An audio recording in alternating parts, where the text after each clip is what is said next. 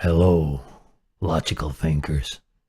I'm Shades, and I'm debunking Dr. Lisle's fallacious logic. He is relentless. He keeps on twisting other people's arguments so that they will be easy for him to destroy. I wonder how many Christians spot his many strawman arguments, since he lists that fallacy only after he has used it quite a few times. Check out his second example of the fallacy of irrelevant thesis. Another example would be why do living creatures have these complex parts that function so perfectly together? Because, well, if they didn't, they would have died off. Right? Now, it is true that they would have died off, but that doesn't explain why they have the complex parts. Yeah, and how complex it is. Yeah, I see what you're saying. That's awesome. I mean, if you think about it, natural selection explains why we don't have animals that are not adapted to their environment. It doesn't explain why we do have animals that are suited to their environment, you see. It's God that's required for that explanation. That's right. Because. That because drives me crazy. Dr. Lisle, refute this if you can. Premise 1. Living organisms have complex parts. Premise 2. Complex parts function together almost perfectly. 3. Conclusion. Survival of organism is enhanced. But let's not stop here, but keep pushing the thought a bit. 4. Organisms' success in reproduction is enhanced. 5. As the next generation emerges, those well-functioning complex parts get to be more widely spread into the population. Let's put this into the language of logic for you to see the difference between a valid argument and the strawman argument Dr. Lisle uses. Let's say that premise A goes like this. Organisms have complex parts. Premise B is complex parts function together. Sentence C is a conclusion. Organisms survive. Let's make a deductive syllogism out of this. If organisms have complex parts and complex parts function together, then organisms survive. Premise 2. Organisms do have complex parts and the parts function together. Thus, conclusion, organisms survive. This is so-called modus ponens argument. It is valid. The conclusion necessarily follows if the premises are true, and they are. That can be verified with experimental science.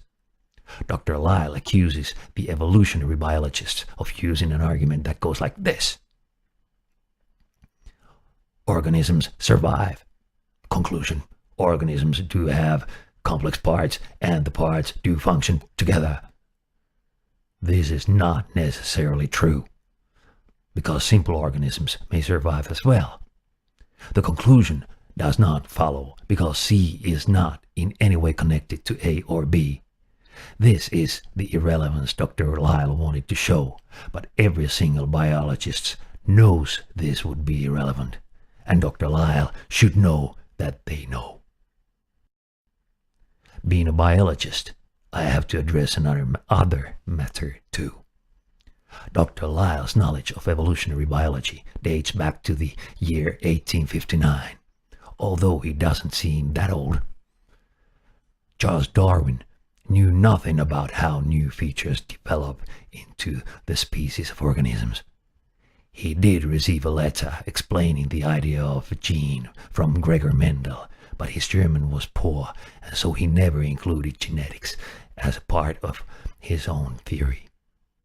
Over 150 years of study have revealed the importance of genetics to the evolution, and this has been demonstrated empirically. New features and new combinations of features emerge because of mutations, Mendelian recombination of genes, crossing over, and epigenetic processes such as methylation, acetylation, and microRNA production. These processes that are at least mostly random give natural selection something to work on. Keep in mind here what I said earlier.